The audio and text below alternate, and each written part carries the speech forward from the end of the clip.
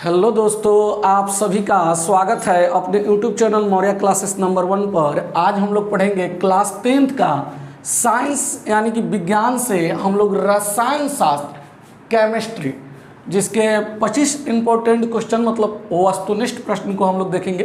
पिछले वीडियो में हम लोग 25 ऑब्जेक्टिव क्वेश्चन को कर चुके हैं, फिर से सेकंड वीडियो है इसका। प्रश्न संख्या 1 में दिया हुआ एल्केन का सामान्य सूत्र क्या है। तो एल्केन का जो सामान्य सूत्र होता है CnH2n+2 होता है। क्या होता है? CnH2n+2। प्रश्न संख्या 2 में दिया हुआ है एल्कीन का सामान्य सूत्र होता है। तो एल्कीन का जो सामान्य सूत्र होता है ये होता है CnH2n। प्रश्न संख्या 3 में दिया हुआ है एल्काइन का सामान्य सूत्र होता है। तो एल्काइन का जो सामान्य सूत्र होता है CnH2n-2 होता है। देखिए तीनों के लिए एक ट्रिक है, जोड़ दो छोड़ दो घटा दो। मतलब पहले वाला में 2n+2 होगा, बाद में 2n में 2 छोड़ दिया गया है और उसके बाद वाला में 2n में 2 घटा दिया गया है। माने पहले 2 जोड़ा जाएगा, बाद में 2 छोड़ दिया जाएगा, फिर उसके बाद में 2 घटा दिया जाएगा।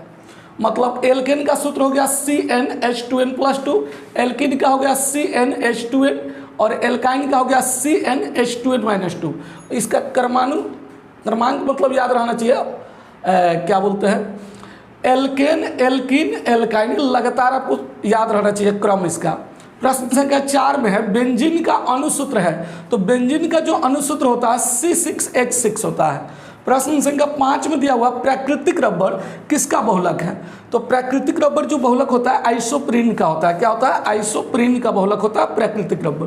प्रश्न संख्या 6 में दिया हुआ है कार्बन की संयोजकता होती है। तो कार्बन की संयोजकता क्या होती है? 4। वैसे आप कार्बन का इलेक्ट्रॉनिक विन्यास लिखेंगे तो इसका परमाणु क्रमांक 6 होता है। तो ये हो जाएगा 1s2 2s2 और 2p2। तो इसके संयोजकता की बात किया जाए तो अंतिम कक्षा के इलेक्ट्रॉन को ही संयोजकता कहते हैं। तो आप दूसरा कक्षा में देख सकते हैं कितने इलेक्ट्रॉन है। दूसरा कक्षा में एस उप कक्षा में 2 इलेक्ट्रॉन और पी उप कक्षा में 2। मतलब दूसरा कक्षा में टोटल लास्ट में कितने इलेक्ट्रॉन है? 4। दूसरा कक्षा ही इसका अंतिम कक्षा है कार्बन का। तो जो अंतिम 4 इलेक्ट्रॉन है इसी को हम लोग क्या बोलेंगे? संयोजकता बोलेंगे। वैसे ही संयोजकता नहीं संयोगी इलेक्ट्रॉन होता है, क्योंकि इसके बाद अभी इसमें कितना 4 और चाहिए इसको पूरा होने के लिए दूसरे कक्षा को।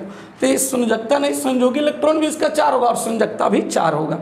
और एग्जाम में कार्बन का ही संयोजकता ज़्यादा बार पूछा गया है, पता ना क्या इसमें है, अक्सर कार्बन की ही संयोजकता पूछा जाता है।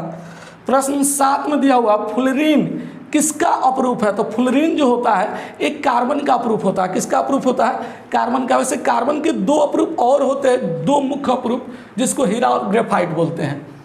प्रश्न संख्या 8 में दिया हुआ पॉलीथीन किसका बहुलक है। तो पॉलीथीन जो है एथिलीन का बहुलक होता है। पॉलीथीन किसका बहुलक होता है? एथिलीन का। और एथिलीन का हम सूत्र भी लिख दिए हैं C2H4। प्रश्न संख्या 9 में दिया हुआ है कार्बन हाइड्रोजन से संयोग कर बनाता है। तो कार्बन हाइड्रोजन से संयोग कर क्या बनाता है? हाइड्रोकार्बन बनाता है। क्या बनाता है? हाइड्रोकार्बन।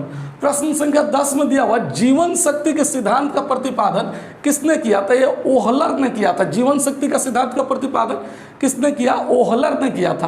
प्रश्न 11 में दिया हुआ प्रथम कार्बनिक यौगिक यूरिया का संश्लेषण किया था। तो एक कोल्वे नामक जो वैज्ञानिक था, प्रथम कार्बनिक यौगिक यूरिया का संश्लेषण किसने किया? कोल्वे ने। प्रश्न 12 में है सीसा एवं टीन के मिश्र धातु को क्या कहते हैं। तो सीसा एवं टीन के मिश्र धातु को क्या कहते हैं? सोल्डर कहते हैं। दूसरे भाषा में सोल्डर को हम लोग टंका भी बोलते हैं। वैसे सीसा का सिंबल दे देता है Pb प्लम्बर और टीन का स्टेनम Sn। तो सीसा प्लस टीन यानी Pb+Sn किसका मिश्र धातु है? ये दोनों के जो मिश्र धातु को हम लोग क्या बोलते हैं? सोल्डर यानी कि टंका बोलते हैं। एग्जाम में ये भी पूछा जाता है टंका क्या है। तो टंका एक मिश्र धातु है। चाहे सोल्डर क्या है, तो सोल्डर क्या है? एक मिश्र धातु है। ये आपसे पूछेगा सोल्डर या टंका किन 2 धातुओं का मिश्र धातु है, चाहे मिश्रण है, तो आप बताएंगे सीसा एवं टीन यानी Pb+Sn। प्रश्न 13 में दिया हुआ लोहा निकेल और क्रोमियम के मिश्र धातु को कहते हैं। तो इसको हम लोग बोलते हैं स्टेनलेस स्टील। क्या बोलते हैं? Stainless steel. स्टील को हम लोग हिंदी में बोले तो इस्पात बोलते हैं। क्या बोलते हैं? इस्पात। तो स्टेनलेस स्टील जो होता है इसको जंगरोधी इस्पात बोलते हैं। इस पर जंग नहीं लगता है जल्दी। जंग लगता ही नहीं है। लोहा निकल क्रोमियम, लोहा का संकेत क्या होता है, लैटिन भाषा में इसको फेरम बोलते हैं, तो संकेत एफ ही होता है, लोहा या आयरन बोलिए आप। निकल का क्या होता है, एन आई होता है, और क्रोमियम का सी आर होता है। ये तीनों को मिश्रित करके क्या बना दिया जाता है, स्टेनलेस स्टील बनाया जाता है। एग्जाम में पूछता है स्टेनलेस स्टील क्या है, तो एक प्रकार का मिश्र धातु है। प्रश्न 14 में दिया हुआ, लोहा को जिंक से लेपित करने पर, लोहा को जिंक से लेपित करने की प्रक्रिया को क्या कहते हैं, तो गैल्वनीकरण कहते हैं। क्या कहते हैं, गैल्वनीकरण या गैल्वेनाइजेशन बोलते हैं इंग्लिश में। तो लोहा को जिंक, जिंक यानी कि जस्ता, लोहे पर जब जस्ता की परत चढ़ा दिया जाता है तो उस परत चढ़ाने की क्रिया को क्या कहते हैं, प्रक्रिया को गैल्वनीकरण कहते हैं।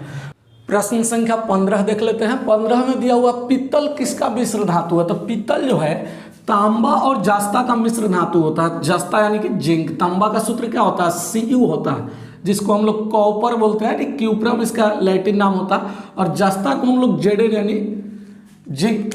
तो पीतल किसका मिश्र धातु है, तो कॉपर प्लस जस्ता, कॉपर प्लस जस्ता मतलब जिंक, कॉपर प्लस जिंक या तांबा और जस्ता बोल सकते हैं। एग्जाम में पूछता है कि पीतल है, पीतल क्या है, तो पीतल एक मिश्र धातु है, और किन दो धातुओं का, तांबा और जस्ता का। प्रश्न संख्या 16 में है, तांबा कांसा किसका मिश्र धातु है। कांसा भी क्या होता है, मिश्र धातु होता है। एग्जाम में पूछा जाता है कांसा क्या है, तो कांसा क्या है, मिश्र धातु है। अब कांसा किन दो धातुओं का मिश्र धातु है, तो तांबा और टीन का, तांबा और टीन का। तांबा का सूत्र होता है Cu और टीन का होता है Sn। सूत्र नहीं बल्कि इसका संकेत यानी प्रतीक बोल सकते हैं आप। तो कॉपर और स्टेनम जो होता है, मतलब तांबा और टीन का मिश्र धातु होता है। ये दोनों का मिश्र धातु कौन होता है, कांसा होता है। प्रश्न संख्या 17 पर आ जाता है, किस धातु को किरोसिन में डुबाकर रखते हैं, तो सोडियम को, पोटेशियम को भी हम लोग किरोसिन तेल में डुबा कर रखते हैं। एग्जाम में ऐसे पूछा जाता है किरोसिन तेल में किस धातु को डुबा कर रखते हैं, तो आंसर है सोडियम और पोटेशियम। प्रश्न संख्या 18 में है, सबसे कठोर तत्व कौन सा होता है, तो जो सबसे कठोर तत्व होता है वो हीरा होता है। सबसे कठोर तत्व कौन सा होता है, हीरा। चाहे एग्जाम में पूछा जाएगा सबसे कठोर पदार्थ कौन सा होता है, तो ये हीरा होता है। तत्व या पदार्थ कहेगा तो हीरा लगाएंगे आप, नहीं तो अगर पूछेगा सबसे कठोर धातु कौन सा होता है, तो आंसर प्लेटिनम हो जाएगा। जब यहाँ धातु आ जाएगा तो आंसर प्लेटिनम हो जाएगा, तत्व या पदार्थ रहेगा तो आंसर हीरा होगा। हीरा क्या है, एक प्रकार का कार्बन होता है, कार्बन के अपरूप होता है। हीरा का सिंबल प्रतीक क्या होता है, C होता है, जो कार्बन का प्रतीक होता है। प्रश्न 19 में दिया हुआ है, एक्वारेजिया मिश्रण में HCl एवं HNO3 का अनुपात होता है, मतलब हाइड्रोक्लोरिक अम्ल नाइट्रिक अम्ल का अनुपात होता है, जो 3:1 होता है। क्या होता है, 3:1। ये तो इंपॉर्टेंट है, एग्जाम में मोस्ट इंपॉर्टेंट है, क्वेश्चन बहुत बार पूछा गया है कि HCl और HNO3 एक्वारेजिया में मिश्रण का अनुपात होता है, तो 3:1 होता है। प्रश्न संख्या 20 में है, किसे रसायनों का राजा कहते हैं, तो रसायनों का राजा किसको कहा जाता है, H2SO4। H2SO4 किसका सूत्र है, सल्फ्यूरिक अम्ल। किसे रसायनों का राजा कहा जाता है, सल्फ्यूरिक अम्ल को, यानी इसका सूत्र है H2SO4। प्रश्न 21 में दिया हुआ, भोजन को पचाने में सहायक होने के लिए पेट में एक द्रव का स्राव होते रहता है, जो है इसका HCl। इसका सूत्र क्या होता है, HCl होता है, HCl। भोजन को पचाने में सहायक होने के लिए पेट में एक द्रव का स्राव होते रहता है, जिसका कौन सा अम्ल का स्राव होते रहता है, HCl यानी हाइड्रोक्लोरिक अम्ल। या पूछता है पेट, जिसको उदर लिख देता है कभी कभी, उदर, पेट या उदर में कौन सा अम्ल का स्राव होते रहता है, तो आंसर है हाइड्रोक्लोरिक अम्ल HCl। प्रश्न 22 में दिया हुआ, दांत का कठोरतम भाग है, तो जो दांत का कठोरतम भाग होता है उसको इनेमल बोलते हैं। क्या बोलते हैं, इनेमल, इनामेल बोल सकते हैं। प्रश्न 23 में दिया हुआ, शरीर में भोजन का पचना किस प्रकार की अभिक्रिया है, तो शरीर में जो भोजन का पचना उपचयन अभिक्रिया। कौन सा अभिक्रिया है, उपचयन। शरीर में भोजन का पचना किस प्रकार की अभिक्रिया है, उपचयन। प्रश्न 24 में दिया हुआ, लोहे के संक्षारण में कौन सी अभिक्रिया होती है, तो इसमें भी उपचयन अभिक्रिया होती है। लोहे के संक्षारण में कौन सी अभिक्रिया होती है, उपचयन। प्रश्न 25 में दिया हुआ है, श्वसन कैसी रासायनिक अभिक्रिया, तो श्वसन जो है ऊष्माक्षेपी रासायनिक अभिक्रिया है। श्वसन कैसी रासायनिक अभिक्रिया है, ऊष्माक्षेपी रासायनिक अभिक्रिया है। तो आज का क्लास इतना ही पे समाप्त होता है, फिर मिलते हैं हम नेक्स्ट वीडियो में। तब तक के लिए बने रहिए मेरे साथ। Best of luck, thank you.